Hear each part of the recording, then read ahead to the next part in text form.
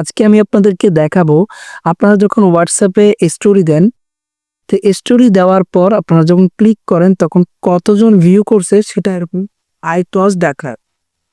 তো এরকম I cross দেখালে আপনার যে স্টোরিটা, তো স্টোরির টোটাল কয়জন দেখেছে সেটা আপনি কাউন্ট করতে পারবেন না, অথবা কতজন হলো আপনি দেখতে পারবেন না।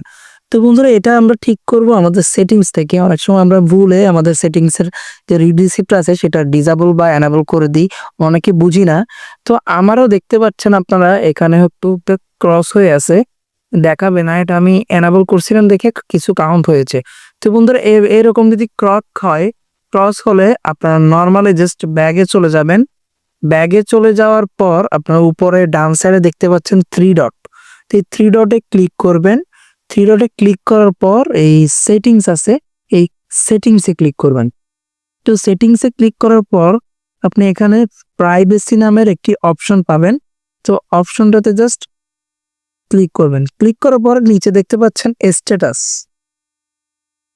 স্ট্যাটাসে কিছু করবেন না আপনারা, একদম নিচে আরো চলে আসেন। স্ট্যাটাসের নিচে একটা অপশন আছে রিড রিসিপ্ট।